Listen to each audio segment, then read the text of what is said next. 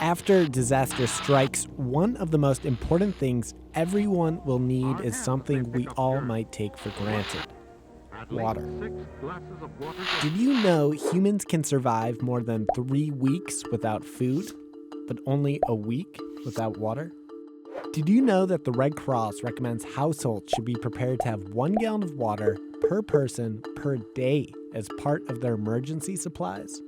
The water's not just for drinking, it's also for sanitary purposes. And that includes just washing your hands after going to the bathroom. All of that, that high level of sanitary still needs to be maintained post-earthquake. Did you know that there's a 37% chance of a magnitude 8.0 or 9.0 earthquake striking Oregon in the next 50 years? That's bigger than the recent earthquake in Nepal that has claimed thousands of lives and affected millions of people there. Everyone has to remember that following the major Cascadia subduction zone earthquake, when it happens, everyone will be affected, and that includes all of the responders, all of the firefighters, police officers, EMTs, hospitals. Most experts agree you and your family should be prepared to be on your own for 2 weeks or more. So, if the earthquake struck right now, would you have enough water?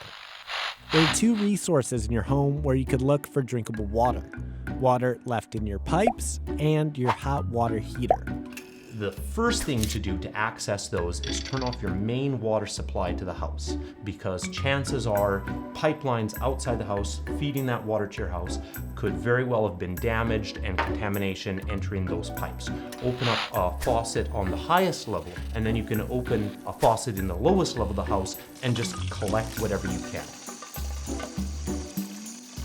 After you've shut off the main intake valve to your house, open up one of the hot taps, turn off the gas or electricity that's used to heat that water heater, and then on every hot water tank there is going to be a drain valve or drain spout at the bottom of the tank, and then you can just take water as needed.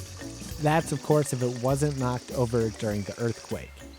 The other source is in the outdoors: rivers, streams, ponds. And this is really getting into last resort, and this is not a situation we want people to find themselves in. Dealing with those sources, you have to recognize that they absolutely could be contaminated with microorganisms. Or heavy metals, chemicals, you name it. After a disaster, it's hard to know what might have happened upstream. There's going to be so much to do post-emergency as part of the recovery, keeping your family safe. You don't want to be expending all your energy on just trying to find this one basic resource, because you're going to want to be able to spend your time doing other things.